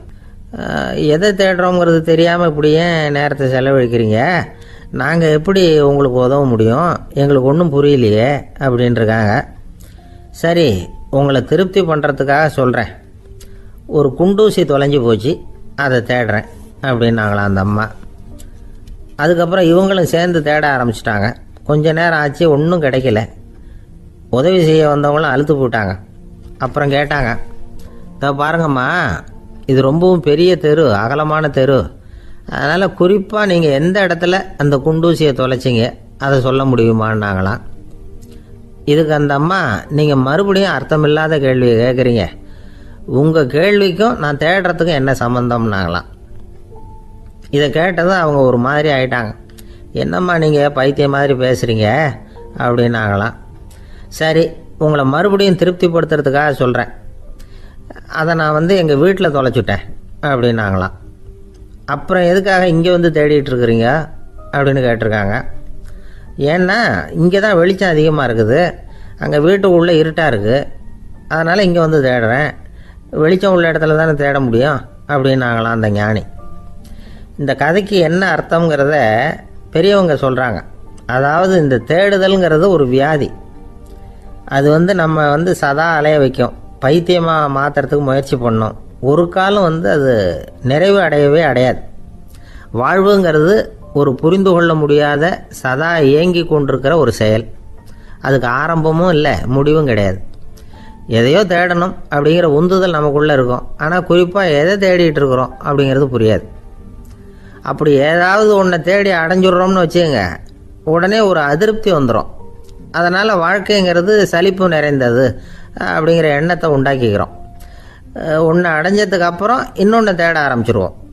ஆக இந்த தேடல்ங்கிறது நாம் ஒன்று அடைஞ்சாலும் அடையாவிட்டாலும் தொடர்ந்து நடந்துக்கிட்டு தான் இருக்கும். இதுக்கு முடிவே கிடையாது. இந்த உண்மையை நாம் நல்லா புரிஞ்சுக்கணும் அப்படிங்கிறது பெரியவங்களுடைய கருத்து. ஏழையும் தேடுறான், பணக்காரனும் தேடுறான், நோயாளியும் தேடுறான், நோய் இல்லாதவனும் தேடுறான், அதிகாரம் உள்ளவனும் தேடுறான், அதிகாரம் இல்லாதவனும் தேடுறான், முட்டாளும் தேடுறான், அறிவாளியும் தேடுறான். ஆனால் யாரும் இதை தான் தேடி சாதிக்க போகிறோம், இதுதான் முடிவு அப்படின்னு திட்டவட்டமாக சொன்னதில்லை. ஒன்று அடைஞ்சதும் இன்னொன்று தேட ஆரம்பிச்சிடுறாங்க, அவ்வளோதான். அதாவது உங்களின் தேடுபவர் உங்கள் உள்ளே தான் இருக்கிறார், அவரை தேடி கண்டுபிடியுங்கள். இதுதான் ஞானிகள் நமக்கு சொல்லுகிற ஒரு ஆலோசனை. நம்மால் ஒருத்தன் ஜெயிலில் இருந்தான். இன்னொரு கைதி அவனை பார்த்து கேட்டான், ஏன்பா உன்னை பார்க்குறதுக்கு வெளியிலேருந்து யாருமே இங்கே வர்றது இல்லையே, உனக்கு சொந்தக்காரங்களே கிடையாதா அப்படின்னு கேட்டானா. ஏன் இல்லை, எனக்கு சொந்தக்காரங்க நிறைய பேர் உண்டு, அவங்க என்னை பார்க்க வராததுக்கு காரணம் வேற அப்படின்ட்டுருக்கான் இவன். என்ன காரணம்னு கேட்டான் அவன். அதுக்கு இவன் சொன்னானா, அதுக்கு என்ன காரணம்னா அவங்க எல்லாரும் இங்கே உள்ளேயே இருக்கிறாங்க அப்படின்னானா. ஒரு ஆசாமி வேகமாக ஓடிக்கிட்டு இருந்தான். ஏன் இப்படி ஓடுறேன்னு கேட்டார் இன்னொருத்தர். அங்கே ஒரு ஆள் அடிபட்டு கிடக்கிறான், அதை பார்த்தேன், உடனே ஓடுறேன்னா. எங்கேன்னு கேட்டார். ஆஸ்பத்திரிக்குன்னா. ஒரு ஆள் அடிபட்டு கிடக்கிறத பார்த்தா உடனடியாக நாம் செய்ய வேண்டியது முதல் உதவி, அதுக்கப்புறம் தான் ஆஸ்பத்திரி. இன்றைக்கி விபத்துங்கிறது சர்வசாதாரணமாக நடந்துக்கிட்டு இருக்குது. வாகன விபத்து, வெடிகுண்டு விபத்து, தீ விபத்து, கட்டடம் சரியறது, பூகம்பம், இப்படி நிறைய நடக்குது. ஒரு விபத்தை பார்த்துட்டா நம்மளில் பல பேர் நமக்கு என்னத்துக்கு வம்புன்னு ஒதுங்கி போயிடுறதும் உண்டு. சில பேர் துணிஞ்சு கிட்ட போய் உதவி செய்கிறதும் உண்டு. அப்படி உதவி செய்ய நினைக்கிறவங்களுக்கு உபயோகப்படுற தகவல் இது. விபத்தில் காயமடைஞ்சவங்களை 3 பிரிவாக பிரிக்கலாமா. முதல் வகை கொஞ்சம் சீரியஸானது, உயிருக்கு உடனே ஆபத்து தரக்கூடியது. மூளை காயம், முகம், கழுத்து காயங்கள், இருதயம், நுரையீரல் காயங்கள், வயத்தில் உள்ளுறுப்பு காயங்கள், அதிகப்படியான இரத்தப்போக்கு, இதனால எல்லாம் பாதிக்கப்பட்டிருந்தால் அது முதல் வகை அப்படின்னு நாமளே மனசுக்குள்ளே முடிவு பண்ணிக்கணும். இவங்களுக்கெல்லாம் உடனடியாக முதல் உதவி கொடுக்கணும். தாமதப்படுத்தாமல் ஆஸ்பத்திரிக்கு கொண்டுகிட்டு போயிடணும். இப்படி கொஞ்சம் எச்சரிக்கையாக நடந்துக்கிட்டால் அவங்களில் பல பேரை காப்பாற்றி போடலாம். 2வது வகை எப்படின்னா, முதல் உதவி விரைவாக கிடைச்சா உயிர் பிழைக்கக்கூடிய மார்பு காயங்கள், கைகால் எலும்பு முறிவு, இடுப்பு முதுகெலும்பு காயம், சீரான இரத்த சேதம், இப்படிப்பட்டவங்களை 2வது வகையாக பிரிக்கணும். ஆபத்து இல்லாத சிராய்ப்புகள், சிறு காயங்கள், இரத்த உறைவுகள், இதனால் பாதிக்கப்படுறவங்க 3வது வகை. ஒருத்தர் தலையில் அடிபட்டு நினைவு விழுந்துட்டாருன்னு வச்சுங்க, அவருக்கு வாந்தி வர்றதுனால புறையேறி மூச்சு அடைப்பு உண்டாகும். இப்படி ஆகாமல் இருக்கிறதுக்காக தலையை ஒரு பக்கமாக சாய்ச்சி வைக்கலாம். நாடி துடிப்பையும் இதய துடிப்பையும் தொட்டு பார்க்கணும். அது குறைஞ்சிருந்தாலும் சரி, நின்று இருந்தாலும் சரி, அவர் மார்பை நிமிஷத்துக்கு 80 தடவை உள்ளங்கையால் அழுத்தி இதய துடிப்பை மீட்கிறதுக்கு உதவி பண்ணணும். கழுத்தில் காயம்பட்டாலும் ஆபத்து அதிகம். கழுத்துக்கு அடியில் ஒரு துண்டை மடித்து வைக்கலாம். 2 பக்கமும் சின்ன தலையணை அல்லது துணி மடிப்புகளை வச்சு கழுத்தை அதிகமாக அசையாமல் பார்த்துக்கலாம். முதுகெலும்பு முறிஞ்சிருக்குமோ அப்படிங்கிற சந்தேகம் இருந்ததுன்னா அவரை அதிகமாக அசைய விடக்கூடாது. அதிகமாக அசைஞ்சால் தண்டு இடத்துல பாதிப்பு ஏற்பட்டு கைகால் விளங்காமல் போயிடும். அவரை ஒரு கனமான போர்வை இல்லைன்னா பாயில் படுக்க வச்சு 4 பேர் மெதுவாக தூக்கி மருத்துவ உதவிக்கு அனுப்பி வைக்கலாம். கையெலும்பு முறிஞ்சிருந்தால் முறிஞ்ச பாகத்தை உடம்போடு சேர்த்து அசையாமல் கட்டி போடலாம். கால் எலும்பு முறிஞ்சிருந்தால் மற்ற காலோடு சேர்த்து கட்டி போடலாம். முறிஞ்ச பாகம் தொங்காமல் பார்த்துக்கணும். அப்போ தான் வீக்கம் உண்டாகாமல் இருக்கும். வெட்டு காயம், குண்டடிப்பட்ட காயம், இதிலெல்லாம் ரத்தப்போக்கு அதிகமாக இருக்கும். ரத்தம் வெளியேற ஆபத்து அதிகம். சுத்தமான துணியை பல மடிப்புகளை மடித்து காயத்தின் மேலே வச்சு அழுத்தமாக ஒரு 10 நிமிஷம் பிடிச்சிக்கணும். ரத்தம் நின்ன உடனே காயத்துக்கு கட்டு போடலாம். சில சமயம் காயம்பட்ட பாகத்தை உயரமாக தூக்கி பிடிச்சிக்கிட்டா தான் ரத்த கசிவு நிற்கும். இந்த விவரங்களையெல்லாம் கொஞ்சம் மனசில் வாங்கி வச்சுக்கிட்டோம்னா சமயத்தில் உதவும். ஏன்னா இந்த காலத்தில் விபத்து எந்த ரூபத்தில் எப்போ வரும்னு யூகிக்கவே முடியல. நண்பர் ஒருத்தர் சொன்னார், நேற்றுக்கு பாருங்கள் சார், என் கண்ணு முன்னாடியே ஒரு சின்ன விபத்து நடந்ததுன்னார். என்னன்னு விசாரித்தோம். ஒரு பஸ்ஸில் வந்துக்கிட்டு இருந்தேன். அந்த பஸ்ஸில் பின்பக்கம் படி ஓரமாக நின்றுக்கிட்டு இருந்த ஒருத்தர் ரோட்டில் விழுந்துட்டார். டிரைவர் அதை கவனிக்கலை, நிறுத்தாமல் அவர் பாட்டுக்கு போகிறாருனார். கண்டக்டர் உடனே விசில் கொடுத்து பஸ்ஸை நிறுத்த வேண்டியது தானே அப்படின்னோம். அதுதான் சார் முடியாமல் போச்சுன்னார் அவர். ஏன்னு கேட்டாங்க. தவறி கீழே விழுந்ததே அந்த கண்டக்டர் தான் சார் அப்படிங்கிறார். ஒரு நாள் ராமர் அரசவையில் உட்காந்துருக்கிறார். ராமராஜ்யம் நடந்துக்கிட்டு இருந்த நேரம். அந்த சமயத்தில் ஒரு நாய் அரச சபைக்கு வந்துதான். அது தலையில் அடிபட்டு ரத்தம். அந்த கோலத்தில் அது அங்கே வந்தது. எல்லாரும் ஆச்சரியமாக அதை பார்த்தாங்க. ராமரும் அந்த நாயை பார்த்தார். நீங்கள் வந்த காரியம் என்ன நடந்தது, எதுவாக இருந்தாலும் பயப்படாமல் சொல்லு அப்படின்னார். உடனே அந்த நாய் மெதுவாக சொல்ல ஆரம்பிச்சுதான். ஐயா, நான் தெருவில் போய்கிட்டு இருந்தேன். வழியில் ஒருத்தர் வந்தார். அவர் வேத சாஸ்திரம்லாம் படித்த பெரியவர். அவர் எந்த காரணமும் இல்லாமல் அவர் கையில் வச்சுருந்த குச்சியால் என் தலையில் அடிச்சுட்டார். அதுதான் தலையில் ரத்தம். இதை நீங்கள் விசாரித்து தகுந்த தீர்ப்பு வழங்கணும் அப்படின்னு தான் அந்த நாய். ராமர் பார்த்தார். உடனே தன்னுடைய காவலர்களை அனுப்புனார். அந்த ஆளை எங்கே இருந்தாலும் போய் கொண்டுகிட்டு வாங்க அப்படின்னு விட்டார். காவலர்கள் போனாங்க. அந்த ஆளை பிடிச்சி கொண்டு வந்துட்டாங்க. அரண்மனைக்கு வா அப்படின்னு சொல்லி கூப்பிட்டுட்டு வந்துட்டாங்க. என்ன நடந்ததுன்னு விசாரித்தார் ராமர். அதுக்கு அந்த ஆள் சொன்னார், நான் வீதி வழியாக வந்துக்கிட்டு இருந்தேன். குறுக்க இந்த நாய் வந்தது. நான் அவசரமாக போய்கிட்டு இருந்தேன். இது எனக்கு வழி விடாமல் குறுக்க பூந்து இடைஞ்சல் பண்ணிச்சு. எனக்கு கோபம் வந்துட்டுது. அதனால் அடிச்சுட்டேன். வேத சாஸ்திரம் படித்த நான் என் வசம் இழந்து கோபப்பட்டது பெரிய தப்பு தான். அதை நான் ஒத்துக்கிறேன். குற்றத்தை ஒப்புக்கொள்கிறேன், எனக்கு என்ன தண்டனை கொடுக்கணுமோ அதை கொடுங்க, ஏற்றுக்கிறேன் அப்படின்னு விட்டார். சரி, இப்போ அந்த ஆளுக்கு தண்டனை கொடுக்கணும். என்ன தண்டனை கொடுக்கறது யோசனை பண்ணார் ராமர். அதையும் அந்த நாய்கிட்டே கேட்டார். நீயே சொல்லு, என்ன தண்டனை கொடுக்கலாம் இவருக்கு அப்படின்னார். இதுக்கு அந்த நாய் என்ன சொல்லிச்சு தெரியுமா? இவரை ஏதாவது ஒரு கோயிலுக்கு தர்மகர்த்தாவாக நியமனம் பண்ணி விடுங்க, அதுதான் இவருக்கு சரியான தண்டனை அப்படின்னுது. இதை கேட்டதும் ராமர் முகத்தில் புன்னகை. ஆனால் அங்கே இருந்த மற்றவங்களுக்கெல்லாம் ஆச்சரியம். அது எப்படி, தப்பு செஞ்சவங்களுக்கு தண்டனை கொடுக்கறது தானே நியாயம், அதை விட்டுட்டு தர்மகர்த்தா பதவியை கொடுக்க சொல்லுது இந்த நாய் அப்படிங்கிற ஆச்சரியம். இந்த சந்தேகத்தை அந்த நாய்கிட்டேயே கேட்டாங்க அங்கே இருந்தவங்க. இதுக்கு அந்த நாய் பதில் சொல்லிச்சான். நான் போன பிறவியில் ஒரு கோயிலுக்கு தர்மகர்த்தாவாக இருந்தேன். எவ்வளவோ கவனமாக எச்சரிக்கையாக தான் என்னுடைய கடமைகளை எல்லாம் செஞ்சுக்கிட்டு வந்தேன். அப்படி இருந்தாலும் சில சமயங்களில் என்னையும் மீறி கோயில் செல்வத்தை நான் அனுபவிக்கிறதுக்கு காரணம் ஆயிட்டேன். ஒரு கோவிலுக்கு தர்மகர்த்தாவாக இருக்கிறவங்க எப்படியும் இந்த பாவத்திலேருந்து தப்பிக்கிறது கஷ்டம். அதனால தான் நான் இந்த பிறவியில் நாயாக பிறந்து இப்படி கஷ்டப்படுறேன். இதே நிலைமை இந்த ஆளுக்கும் ஏற்படணும் அப்படிங்கிறதுக்காக தான் அவரையும் ஒரு கோயிலுக்கு தர்மகர்த்தாவை நியமிக்கும்படி கேட்டுக்கிட்டேன் அப்படின்னு தான் இந்த நாய். இதிலேருந்து என்ன தெரியுது? எந்த பதவியில் நாம் இருந்தாலும் நமக்கு தெரியாமல் கூட அதை தவறாக உபயோகப்படுத்தக்கூடாதுங்கிறத இதிலேருந்து புரிஞ்சுக்கணும். இல்லைன்னா அடுத்த பிறவியில் நாயாக பிறந்து எங்கேயாவது போய் வாழை ஆட்டிகிட்டு நிற்க வேண்டியது தான். கோவில் வாசலில் 2 நாய் பேசிக்கிட்டு இருந்து தான், போன ஜென்மத்தில் நான் மனுஷனாக தான் இருந்தேன். ஒரு கோவில் பூசாரி பேச்சை கேட்டுவிட்டு அவரோட கூட்டு சேர்ந்துக்கிட்டு ஆண்டவன் போட்டிருந்த நகையெல்லாம் அபகரித்து என்கிட்ட கொடுத்தாரு அவர். நான் எடுத்துகிட்டு வந்துட்டேன். திருடினது அந்த ஆள் தான், எடுத்துக்கிட்டு வந்தது தான் நான். இருந்தாலும் நான் மட்டும் நாயாக பிறந்துட்டேன். இப்போ மட்டும் அந்த பூசாரி என்கிட்ட மாட்டினா கடித்து குதறி விடுவேன் அப்படின்னு தான். அவசரப்பட்டு அப்படி செஞ்சுடாதே, பதிலுக்கு அவரும் உன்னை திருப்பி கடித்தாலும் கடிச்சிருவார். ஏன்னா அவரும் இப்போ ஒரு நாயாக தான் பிறந்திருக்கிறார் அப்படின்னு தான். இன்னொன்று, அது எப்படி உனக்கு தெரியும்னு தான். இது நான் தானே அது அப்படின்னு தான் அந்த நாய். இந்த காலத்து புள்ள ஒருத்தன் தன்னோட அப்பாவை பார்த்து சொன்னான், அப்பா நான் உனக்கு உதவி செய்யலாம்னு நினைக்கிறேன், என்ன உதவி செய்யணும்னு சொல்லு அப்படின்னா. நீ சும்மா இருந்தால் அதுவே எனக்கு செய்கிற பெரிய உதவிடா அப்படின்னார் அப்பா. சும்மா இருக்கிறதும் ஒரு உதவி தான், அது மாதிரி மௌனமும் ஒரு சமூக சேவை தான் அப்படிங்கிறார் காஞ்சி பெரியவர். நமக்கு 5 புலன்கள் இருக்குது, மெய், வாய், கண், மூக்கு, செவி. இந்த 5லேயும் அதிகப்படியான வேலை எதுக்குன்னு நினைக்கிறீங்க? வாய்க்கு தான். ஏன்னா அதுக்கு 2 வேலை. இப்போ கண்ணுக்கு பார்க்குறது மட்டும்தான் வேலை, காதுக்கு கேட்குறது மட்டும்தான் வேலை, மூக்குக்கு வாசனை அறியறது தான் வேலை, உடம்புக்கு உணர்றது மட்டும்தான் வேலை. ஆனால் வாய் அப்படி இல்லை, அதுக்கு 2 வேலை. சாப்பிட்றதும் அதுதான், பேசுகிறதும் அதுதான். அதாவது வாய் ஒன்று தான் கர்மேந்திரியமாகவும் இருக்குது, ஞானேந்திரியமாகவும் இருக்குது அப்படின்னு சொல்லுவாங்க. சாப்பாட்டில் உட்காந்தா எந்தெந்த ஆகாரம் என்னென்ன ருசின்னு அறிவிக்கிற வேலையும் செய்யுது.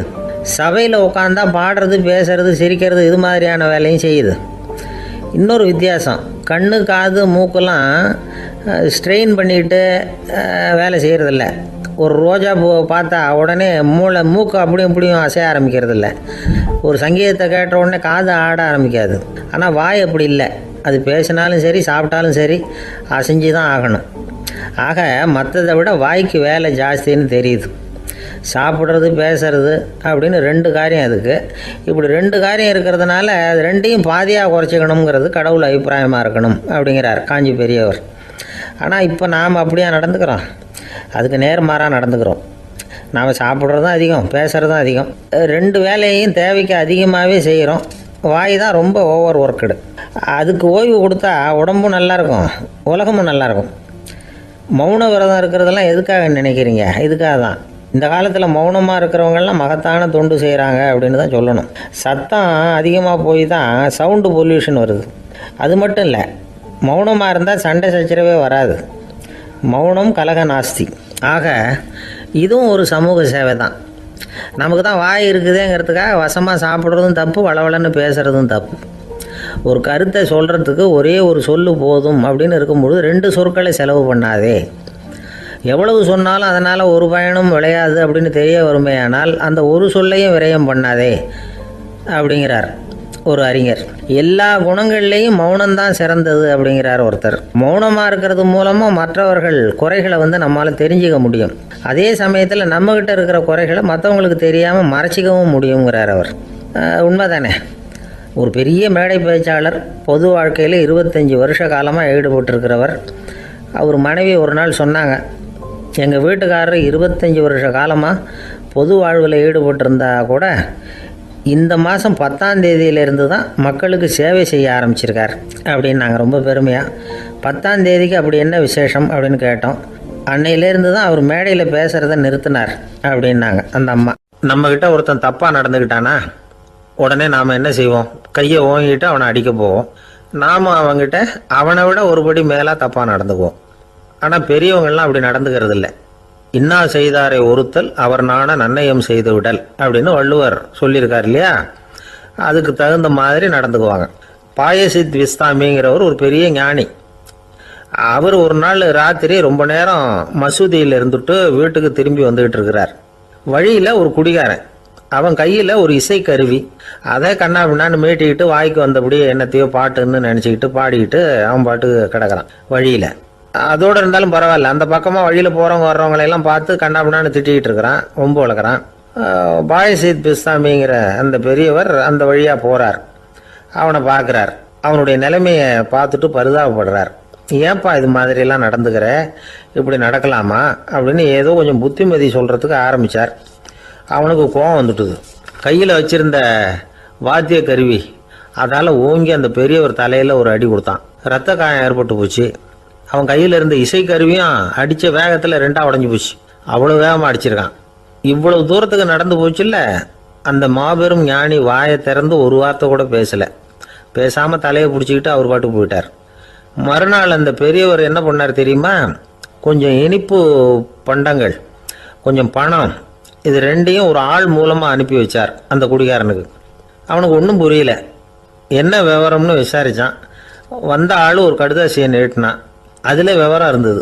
ஞானி எழுதியிருக்கிறார், இதை பார்ப்பா, உங்களுடைய இசைக்கருவி உடையறதுக்கு என்னுடைய தலை காரணமாக ஆயிட்டுது. அதுக்காக நான் ரொம்ப வருத்தப்படுறேன்.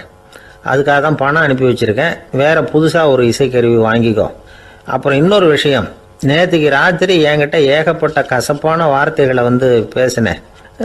இதோடு அனுப்பியிருக்கிற இனிப்பு பண்டங்களை சாப்பிட்டு உன்னுடைய நாவில் உள்ள கசப்பை மாற்றிக்கோ அப்படின்னு அதில் எழுதப்பட்டிருந்தது. இந்த சமயத்தில் அவன் குடி மயக்கத்தில் இல்லை, கிழிஞ்சு போயிருந்த நேரம் அது. அதனால் அதை படித்த உடனே அவனுக்கு ரொம்ப வெக்கமாக போச்சு. தலை குனிஞ்சான், யோசனை பண்ணான். கொஞ்ச நேரத்தில் தன்னுடைய நண்பர்கள் சில பேரையும் கூப்பிட்டுக்கிட்டு நேராக அந்த ஞானி இருக்கிற இடத்துக்கு ஓடினான். அவர் காலில் விழுந்தான். அவர்கிட்ட மன்னிப்பு கேட்டுக்கிட்டான். பெரியவங்களே தெரியாமல் நான் இந்த பாவ செயலை பண்ணிவிட்டேன், என்னை மன்னிச்சுங்க. உங்களுடைய பொறுமையும் போதனையும் என்னுடைய கண்ணை திறந்துட்டுது. இனிமேல் நானும் என்னுடைய நண்பர்களும் நல்ல வழியில் திருந்தி வாழ போகிறோம் அப்படின்னா. ஞானி செய்த நன்னயம் குடிகாரனை எப்படி திருத்திருக்கு பார்த்தீங்களா? இந்த கதையை கேட்டுவிட்டு ஒருத்தர் சொன்னார், என் வாழ்க்கையில் கூட அப்படி ஒரு சம்பவம் நடந்தது சார். நானும் ஒரு நாள் ராத்திரி ஓவராக குடிச்சிட்டு ஒரு கிட்டாரை வாசிச்சுக்கிட்டு கண்ணாபின்னான்னு உளறிக்கிட்டு திட்டிக்கிட்டு இருந்தேன். அந்த சமயம் அந்த வழியாக ஒருத்தர் வந்தார். ஓங்கி தலையில் ஒரே ஒரு அடி, ரத்தம் வந்துட்டுது. அதுக்கப்புறம் என் மனசு தெரிந்துவிட்டுது சார் அப்படின்னார். அப்படியா என்ன ஆச்சரியமா? ஆமாம் சார், அடி விழுந்தது அவர் தலையில் இல்லை, ஏன் தலையில். வந்தவர் என்ன அப்படி அடிச்சுட்டார். மயக்கம் தெளிஞ்சதுக்கு அப்புறம்தான் எனக்கு விவரம் புரிஞ்சுது. அவர் ஒரு போலீஸ்காரர் அப்படின்னார் ரொம்ப சோகமாக. அந்த ஆளுக்கு பேச தெரியாது, அவர்கிட்ட கொஞ்சம் எச்சரிக்கையாக நடந்துக்கோ அப்படின்னு சொல்கிறது உண்டு. அப்படின்னா என்ன அர்த்தம்? அவர் இன்னமும் குழந்தையாகவே இருக்கிறாரு, இன்னும் பேச்சு வரலன்னு அர்த்தம்? அப்படி இல்லை, அவருக்கு நாகரிகமாக பேச தெரியலன்னு அர்த்தம். பேசுறதுங்கிறது மனுஷனால் மட்டுமே முடியக்கூடிய ஒரு காரியம். அப்படி இருந்தும் அதோட பெருமையை அவன் இன்னமும் சரியாக புரிஞ்சிக்கலன்னு தான் சொல்லணும். அதனால தான் அவன் அளவுக்கு அதிகமாக வார்த்தைகளை கொட்டி விடுறான். அதுக்கப்புறம் அதையெல்லாம் திருப்பி அள்ள முடியாமல் கிடந்து கஷ்டப்படுறான். கொட்டின வார்த்தையை அள்ள முடியுமா? ஒருத்தரை இன்னைக்கு பார்த்து முட்டாள்னு திட்டி விடுறீங்க, நாளைக்கு மறுபடியும் அவர்கிட்ட போய் நேற்றுக்கு உன்னை முட்டாள்னு சொல்லிவிட்டேன், அந்த வார்த்தையை திருப்பி கொடு, வாங்கிட்டு போயிடுறேன் அப்படின்னு நான் சொல்ல முடியும்? அவன் கோபக்காரனாக இருந்தால் நேற்றுக்கே அதை வேறு விதமாக உங்களுக்கு திருப்பி கொடுத்துருப்பான். உலகத்தில் எவ்வளவோ ஜீவராசிகள் இருக்குது, அதுக்கெல்லாம் வாய் இருக்குது. அந்த வாயெல்லாம் எதுக்கு உபயோகம்? சாப்பிட்றதுக்காக. ஆனால் நமக்கு இருக்கிற வாய் சாப்பிட்றதுக்காக மட்டும் இல்லை, பேசுகிறதுக்காகவும் தான். பேச முடியலன்னா வாய் இருந்தால் கூட அது வாயில்லா ஜீவன் தான். ஒரு பையனை பார்த்து அது வாய் உள்ள புள்ள பொழைச்சிக்கும் அப்படின்னா மற்ற பையன்களுக்கெல்லாம் முகத்தில் வாயே இல்லைன்னு அர்த்தம். அப்படி இல்லை, அந்த பையன் கொஞ்சம் கெட்டிக்காரத்தனமாக பேசுவான்னு அர்த்தம். அதனால் எப்படி பேசணும் அப்படிங்கிறத நாம் முக்கியமாக தெரிஞ்சுக்கணும். இதுக்கு 8 விதமான குறிப்புகளை நம்ம பெரியவங்க சொல்லியிருக்கிறாங்க. பேச்சுக்கு 8 அங்கங்கள் உண்டு அப்படின்னு அவங்க சொல்கிறாங்க. அதெல்லாம் என்னென்ன அப்படின்னா உண்மை, நன்மை, அன்பு, நிதானம், இனிமை, ஆழம், சமயம் அறிதல், சபை அறிதல்.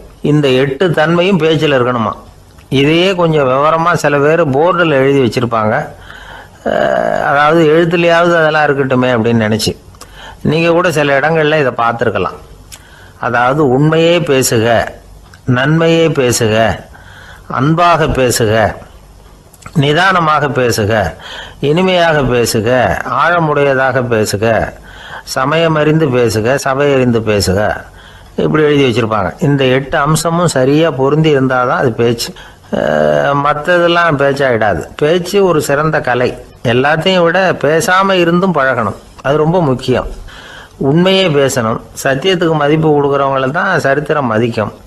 உண்மை பேசினா மட்டும் போதாது, அந்த உண்மையில் நன்மை கலந்துருக்கணும். கொலைகாரனுக்கு பயந்துக்கிட்டு ஒருத்தன் உங்கள் வீட்டுக்குள்ளே ஒளிஞ்சிருக்கிறான். அந்த முரட்டை ஆசாமி கையில் அறிவாளோடு வந்து அவங்க வந்தானான்னு உங்ககிட்ட கேட்குறான்னு வச்சுங்க. உண்மைதான் உயர்வு தரும் அப்படின்னு நினச்சிக்கிட்டு ஆமாம் உள்ளே தான் இருக்கிறான், அடுப்பங்கரையில் குதிருக்கு பின்னாடி உட்காந்துருக்கிறான், போய் பிடிச்சிட்டு போங்க அப்படின்னு சொல்லுவீங்க. அது நன்மை இல்லாத உண்மை. அதனால் பிரயோஜனம் கிடையாது. அதே மாதிரி உங்கள் பேச்சில் அன்பு இருக்கணும், நிதானம் இருக்கணும், இனிமை இருக்கணும், சிந்தித்து பேசணும், சமயம் அறிந்து பேசுகிறதும் முக்கியம். அதை பற்றி நமக்கு வேறு யாரும் சொல்லிக் கொடுக்க வேண்டியதில்லை. எந்த நேரத்தில் யாருக்கிட்ட எப்படி பேசினா காரியம் நடக்கும் அப்படிங்கிறது நமக்கு நல்லா தெரியும். அது கைவந்த கலை. அவையறிந்து பேசுகிற திறமை பேச்சாளர்களுக்கு ரொம்ப அவசியம். அது இல்லைன்னா நிலைமை பரிதாபமாயிடும். ஒரு பேச்சாளர் ரொம்ப மும்முரமாக பேசிக்கிட்டே இருந்தாராம். ரொம்ப நேரம் நிறுத்தவே இல்லை, பேசிக்கிட்டே இருக்கிறார். சபையில் இருந்தவங்கலாம் ஒவ்வொருத்தராக எழுந்திரிச்சு போய்கிட்டே இருக்கிறாங்க. கடைசியில் 2 பேர் தான் அக்கறையாக பேசுகிறவரை கவனிச்சிட்டு உட்காந்துருந்தாங்களாம். மேடையில் பேசிக்கிட்டு இருந்தவர் அவங்கள பார்த்து சொன்னாராம், எனக்கு கூட்டம் முக்கியம் இல்லை, எவ்வளவு பேர் என் பேச்சை கேட்குறாங்க அப்படிங்கிறது முக்கியம் இல்லை. நீங்கள் 2 பேராவது ஊக்கமாக என்னை கவனிச்சிக்கிட்டு உட்காந்துருக்குறீங்க, அது போதும். உங்களுக்காகவே நான் பேசிக்கிட்டு இருக்கிறேன் அப்படின்னார். இதை கேட்டதும் உட்காந்துருந்த 2 பேரில் ஒருத்தர் எழுந்திருச்சு, அப்படி இல்லைங்க,